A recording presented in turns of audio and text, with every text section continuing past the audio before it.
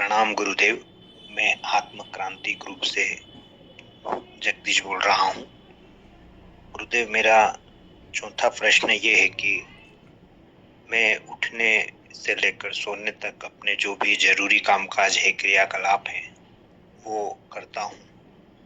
जो करने जरूरी है वो करता हूँ, पर मेरे कामों में, कामकाज या क्रियाकलापों में मेरे कर्म शुद्ध है या नहीं, इसका मुझे कैसे पता चलेगा? और क्या शुद्ध कर्म अशुद्ध कर्म जैसी चीजें होती है, इनका आत्मज्ञान से संबंध होता है क्या, ताकि मैं उस चीज का ध्यान रख सकूं और जो व्यर्थ के पाखंड जैसे कर्म है उनसे मैं खुद को दूर भी कर सकूं। कृपया गुरुदेव थोड़ा सा मेरा ये दुविधा व्यवधान दूर करें। धन्यवाद।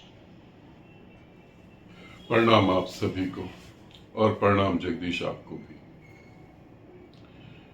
पूछा है कि गुरुदेव मेरे कर्म शुद्ध हो और अशुद्ध कर्मों से मैं बच जाऊं, और ये क्या आत्म क्रांति के लिए या आत्मा की गति के लिए ठीक है या पाखंड है? समझे प्रश्न उठा कहां से।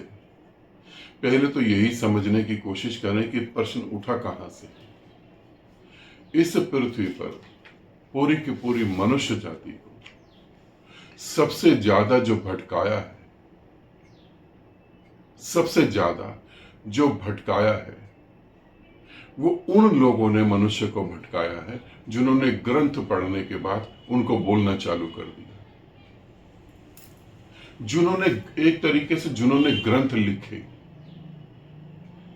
और ग्रंथ को पढ़कर जिन्होंने बोलना चालू करा, उन्होंने भटका दिया पूरी तरह से। क्योंकि जो बुद्ध हुआ उसने कभी कोई ग्रंथ नहीं लिखा।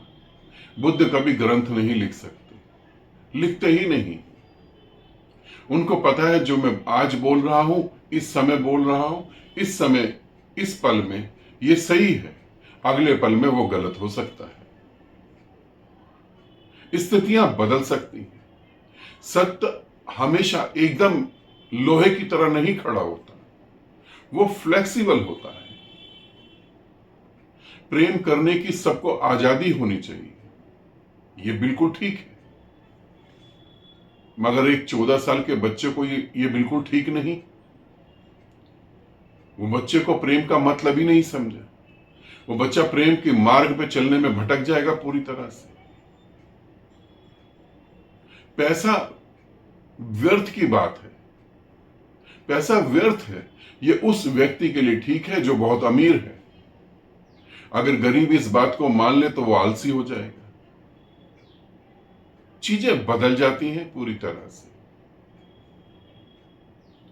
और काफी लोग तो यही समझ लेते हैं कि जो गुरु उत्तर दे रहा है ये मेरा उत्तर है।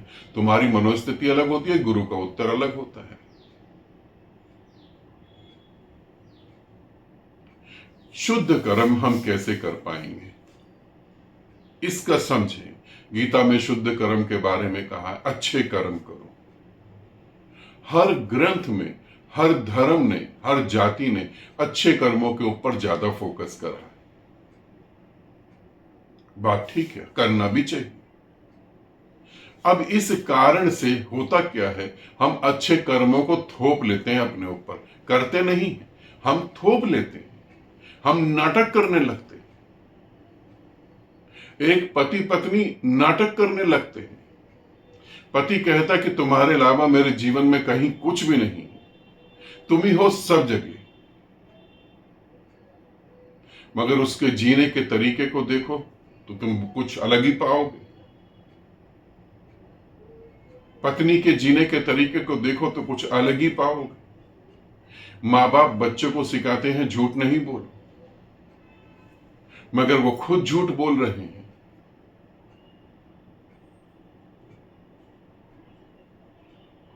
इसे समझो, चीजें हम थोप रहे हैं अपने ऊपर।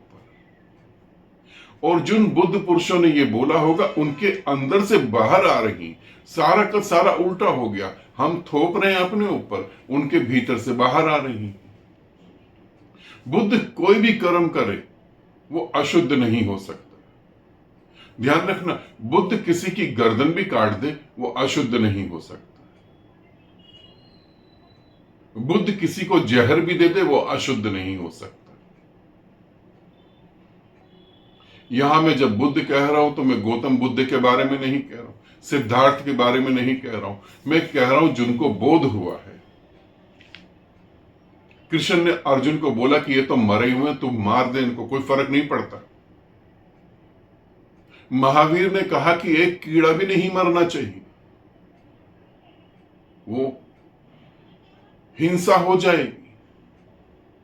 और दोनों अपनी जगह बिल्कुल ठीक है, मगर जब हम चीजें समझते हैं तो हमारे समझ में आती नहीं। फिर तुमने पूछा है कि शुद्ध कर्म मैं कैसे करूं। अब इसे गहराई से समझना। कर्म महत्वपूर्ण बिल्कुल नहीं है, कर्म महत्वपूर्ण बिल्कुल नहीं है।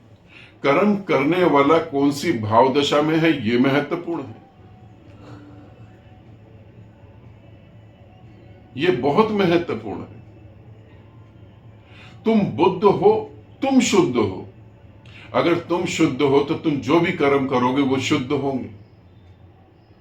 तुम ही अशुद्ध हो तो तुम जितने भी कर्म कर लो, जितने भी शुद्ध कर्म करो, तुम्हारे अशुद्धि के कारण वो सारे कर्म अशुद्ध हो जाएंगे।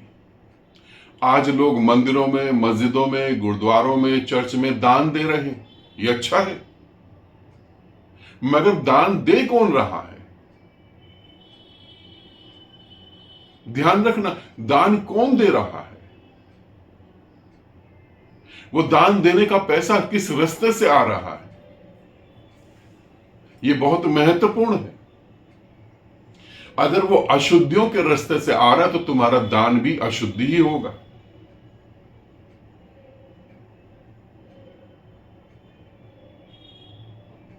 एक छोटी सी, बहुत छोटी सी कहानी, तुम लोग अगर ध्यान करते हो या बुद्ध के बारे में पढ़ा सुना होगा तो जरूर ये बात पता होगी। बुद्ध का एक सन्यासी वेश्या के घर में पूरी रात रुका रहा। समाज की दृष्टि में एक सन्यासी का वेश्या के घर रात को रुक जाना अशुद्ध है, मगर वो शुद्ध था, वो पवित्र था, उसके कारण वो कर्म भी पवित्र हुआ और अंततः उसका रिजल्ट भी पवित्र ही आया। वेश्या ने खुद संन्यास लेने के लिए बुद्ध को कहा कि मुझे संन्यास्त करो। तो कर्म महत्वपूर्ण नहीं है, तुम्हारा शुद्ध होना महत्वपूर्ण है। यदि तुम अपने को चूक गए और तुमने कर्म थोप लिए तो इससे बड़ा नरक कुछ भी नहीं होगा। पृथ्वी आज नरक में क्यों पड़ी हुई है? पृथ्वी पर मनुष्य जाति नरक क्यों जी रही है? क्योंकि चीजें थोप ली है। ब्रह्मचर्य थोप लिया है नहीं ब्रह्मचर्य। भीतर से वो निकल नहीं रहा, ऊपर से तुमने थोप लिया।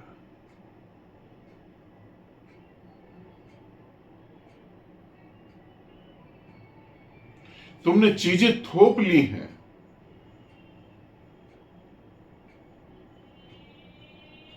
अगर तुम्हें कहीं एकांत में छोड़कर ये कहा जाए कि यहां कोई नहीं है, तुम्हें जो जीना है तुम वो जियो, तब पहली बार तुम अपने रूप को देख पाओगे। तुम्हें पहली बार पता लगेगा तुम हो, रियलिटी में तुम क्या हो। शुद्ध कर्म करने के चक्कर में, अहंकार इज्जत पाने के चक्कर में, तुम्हारा नाम हो, मरने के बाद तुम्हें लोग याद रखें, इन ढोंगी बातों के चक्कर में तुम अपने को धोखा देते हो। एक घटना मेरे जीवन में घटी, वो घटना बताकर मैं तुम्हें ये वीडियो को समाप्त करता हूं। इसे अच्छे से समझना। और ये घटना बड़ी जबरदस्त घटी। हम जब छोटे थे, हम होंगे 8वीं 9वीं में पढ़ते होंगे, 9th क्लास में होंगे हम, उस समय की बात है। हम सभी दोस्तों को लगा हम रामलीला देखने जाते थे। हमें लगा हम भी रामलीला में कुछ ऐसा करें। हम बड़े जो लोग थे, आदमी जो बड़े थे, उनके साथ हमने उनको रिक्वेस्ट करी। उन्होंने कहा कि चलो ठीक, तुम आ जाओ, तुम भी कुछ ना कुछ करो। हमें बड़ा मजा आया, बहुत अच्छा लगा। हम चल पड़े रामलीला करने। अब वहां एक व्यक्ति था जिसको दशरथ का रोल दिया गया, जनक का रोल गया, सीता माता का पिता बनाया गया, जनक का रोल उसे दिया गया। और वो व्यक्ति इतना संस्कारी, इतना पवित्र, इतना शुद्ध व्यक्ति कि जब हम लोग किसी के घर में गए और वैसे भी उसका हमने नेचर देखा, वो कभी भी स्त्री की तरफ देखता नहीं, कभी भी स्त्रियों से बात भी करता, चाहे वो बड़ी हो चाहे वो छोटी हो, तो आंख झुकाकर बात करता, स्त्रियों की बड़ी इज्जत करता हो और सभी स्त्रियों को मां, बहन, बेटी ही समझता। पहला व्यक्ति मैंने अपने जीवन में ऐसा देखा। रामलीला चालू हुई। रामलीला जब चालू हुई तो हमारे दोस्तों में से एक दोस्त था, उसके कुछ गुण स्त्री से ज्यादा मिलते थे, उसको सीता माता बना दिया। अब सीता स्वयंवर चालू हो गया, वहां रावण भी आया, राम भी आए, हम भी थे। अब सारा दृश्य पूरा बड़ा अच्छा लगा। और उस जब वो रोल कर रहा था जनक का, तब भी उसकी आंखें, उसकी बातें, पूरा पूरा उसका व्यक्तित्व दर्शा रही थी। जबकि उसने शराब पी रखी थी उस समय, उसने 3-4 पैक लगा रखे थे, शराब पीने का वो आदी था, शराब पी रखी थी उसने। दृश्य खत्म हो गया, पर्दा गिर गया। फिर हम लोग बड़े खुश हुए और हमने अलग से उसके अपने दोस्त के लिए क्लैपिंग करी, उसने बहुत अच्छा रोल करा। हमने भी कहा तू बहुत सुंदर लग रहा है, सच में ही तू लड़की लग रहा है। फिर जो जनक बना हुआ था उसने उसका हाथ पकड़ लिया, उसने कहा चलो तुम सब कमरे से बाहर निकलो और इसको सिर्फ कमरे में अकेला छोड़ दो, ये मेरे साथ ही रहेगी। हमने कहा रहेगी नहीं, ये रहेगा, ये लड़का है। उसने कहा ये इस समय ऐसी लग रही है कि इससे बढ़िया कोई लड़की नहीं है, और वो उसके साथ बलात्कार करने की कोशिश करने लगा। तब हम सब हैरान हो गए। शराब ने जो उसने थोपा हुआ था उसके ऊपर से हटा दिया, और जो हकीकत में था वो अंदर बाहर लाकर रख दिया। तुम समझ रहे हो, अधिकतर बलात्कार नशे में होते हैं। क्यों नशे में होते हैं? अधिकतर क्राइम नशे में होते हैं। क्यों नशे में ही क्यों होते हैं? नशा तुम्हारी रियलिटी को बाहर रख देता है। तो शुद्ध कर्म के पीछे नहीं भागो, अपनी शुद्धता के पीछे भागो। क्या तुम शुद्ध हो? तुम शुद्ध होगे तो जो कर्म करोगे वो शुद्ध ही होगा। हो सकता है वो समाज की दृष्टि में अशुद्ध हो, मगर वो हकीकत में परमात्मा की दृष्टि में शुद्ध ही होगा। तुम शुद्ध होने की कोशिश करो, कर्मों को पीछे रखो। पहले तुम स्वयं खड़े हो। तुम्हारे ग्रंथ कहते हैं कर्मों को रखो, मैं तुम्हें कहता हूं नहीं, बिल्कुल गलत है। उन ग्रंथों को छोड़ दो जहां लिखा है कर्मों को। मैं कहता हूं तुम पहले अपने को शुद्ध करो। शुद्ध होगे तो शुद्ध पैदा होगा। अशुद्ध होगे तो अपनी पोती को, अपनी नातिन को आशीर्वाद भी दोगे तो भी हाथ से काम वासना ही निकलेगी। ध्यान रखना इस बात का। तुम्हें शुद्ध होने की जरूरत है, कर्म अपने आप शुद्ध हो जाएंगे। ये बहुत ज्यादा जरूरी है। इसीलिए हम बुद्धों को समझ नहीं पाते। ठीक है, अपने को शुद्ध रखने की कोशिश करो। तुम कैसे शुद्ध हो जाओ, और हकीकत में जिस दिन तुमने बाहर की मान्यताएं छोड़ दी, पहली बार तुम अपने आप को जानोगे कि तुम शुद्ध ही हो। बाहर की मान्यताओं के कारण अशुद्ध हो गए हो। प्योर दूध, 100% प्योर दूध और 100% प्योर पानी दोनों को मिला दो, दोनों अशुद्ध हो जाते हैं। तुम भीतर से शुद्ध ही हो, उसे जान लो बस। और फिर जो कर्म निकले उसकी चिंता ना करो। हो सकता है समाज उसे अशुद्ध कहता हो। हजरत मोहम्मद ने कहा 4 शादी करो। किन स्थितियों में, किन बातों को लेकर उन्होंने कहा? और एक बुद्ध 4 शादी, मैं कह रहा हूं एक बुद्ध 400 शादी भी कर सकता है, वो बिल्कुल शुद्ध है। क्योंकि बुद्ध के साथ जो भी जुड़ेगा वो परम ज्ञान को उपलब्ध होगा। जो भी जुड़ेगा वो हो सकता है देर सवेर बुद्ध तो वो होगा ही होगा। बुद्ध के साथ जुड़कर तुम बुद्धू नहीं हो सकते।